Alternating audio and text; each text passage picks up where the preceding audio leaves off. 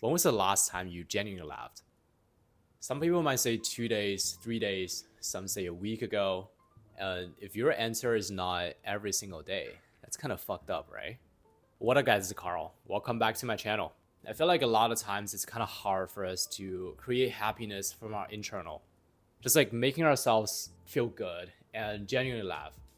Realistically, we all live in a society where rules and boundaries and constraints exist. It's like you can't just laugh anytime you want. Like sometimes laughing out loud comes with a cost. Picture this. If you're at a work meeting with your boss, you're reporting something very important, or if you're talking to your clients about your business, about a deal, you can't just crack up randomly, right? Like you care about what these people think because they matter to you. You don't want to screw up. But then I feel like over time, we start to kind of make this our default. We have this habit of overthinking. So in life, when we find something interesting, fun, funny, sometimes we don't laugh immediately. Instead, we logically ask ourselves first, should I laugh? Is this an inappropriate moment to laugh? Am I in a good spot? What other people think of me? Is it okay for me to laugh out loud? So back in the days when I was still having one of my most intense corporate job, I realized this reflex was bleeding into other areas in my life, like outside of my workplace. When I was in some chill and casual settings where I was supposed to let loose and have fun and just be myself, and it's like internally I was still stuck in that mindset. Like I still have this mental dialogue that's holding myself back from feeling good and let that out until I got some sort of mental permission to do so. And I think another reason is social media making all these external stimulus so easily accessible. It's like you can just stay at home, be on your couch, on your phone. You can find something entertaining and provocative that can make you laugh.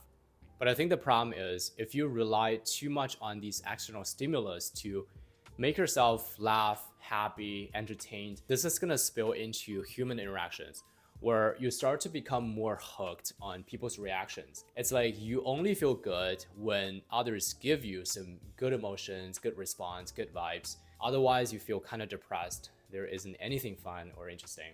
I was actually once very obsessed with outcomes when I was socializing. I was treating every single conversation like I was talking to a client.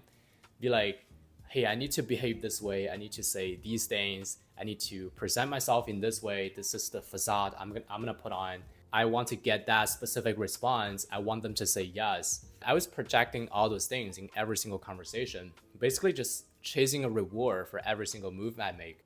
And that is making me anxious all the time. Like I was always stuck in my head, thinking about the outcome, never being present in the moment. And this is why self-amusement is one of the most important ability you need to consciously relearn. Because self-amusement allows you to generate and create happiness from the inside, from internal. We don't need to rely on anything external. Notice the word I use. I said relearn instead of learning because everyone's actually born with it, but we kind of lost it over time during socialization. So now the problem is, how do we do it? Like, how do we cultivate it back? First of all, self-amusement is not logical. It's nothing about logic. So if you're sitting there thinking, how do I amuse myself? How do I entertain myself? How do I self-amuse? You already lose the point. Like you cannot get there.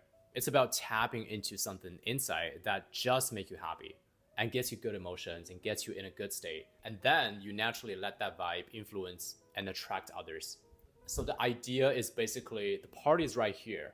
I have all the fun, excitement, interesting stuff. I am inviting people over, I am attracting people over, and we're gonna have some fun together. Instead of being like, oh, where I'm standing, where I'm at, there's nothing here, it's boring. Oh, the party's over there, I need to do something about it. I need to move myself towards that, I need to chase that because it's pretty hard for me to do so. So instead of thinking, I am boring, my life is boring, how do I get other people to respond to me in a good way? What do they think of me? How do I get some good reactions? What you say does not have to make sense. It's more about how you feel. And then on a practical term, there are something you can do to cultivate and relearn self-amusement. And the first thing here is opening up your awareness IRL, which means you need to consciously reduce your time on social media so you have more energy and emotional bandwidth to do so. It's like you start to notice something interesting, fun, even absurd in real life that can genuinely make you laugh.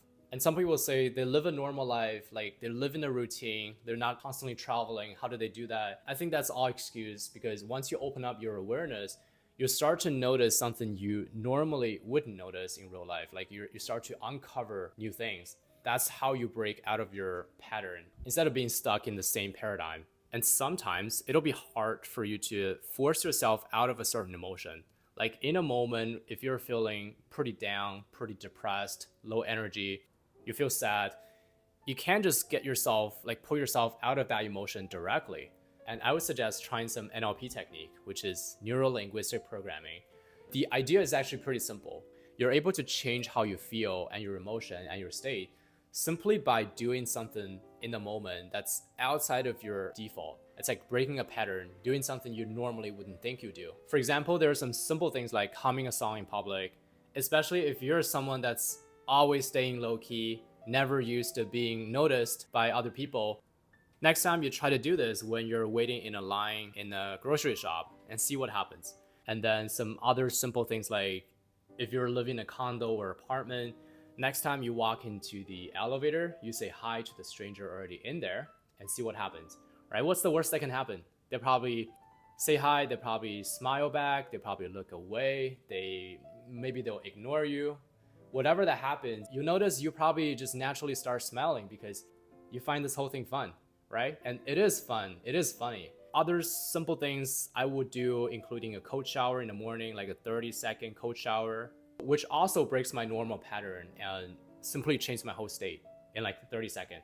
If you think everything I mentioned is too hard, you're experiencing significant resistance when you're trying any of them, I think the key idea here is don't take yourself too seriously. Like no one likes a serious person. Visualize the worst that can happen. Like what's the worst that can happen? You're not in danger, you're not breaking any law. There's nothing bad. Once you get to a point where you start to realize how you feel and your emotion is not that tied or dependent on the external stimulus or outcome, let's just say people respond, how they react to your action, that's the start of it. And that's the end of this video. Thanks for watching, hope you like it.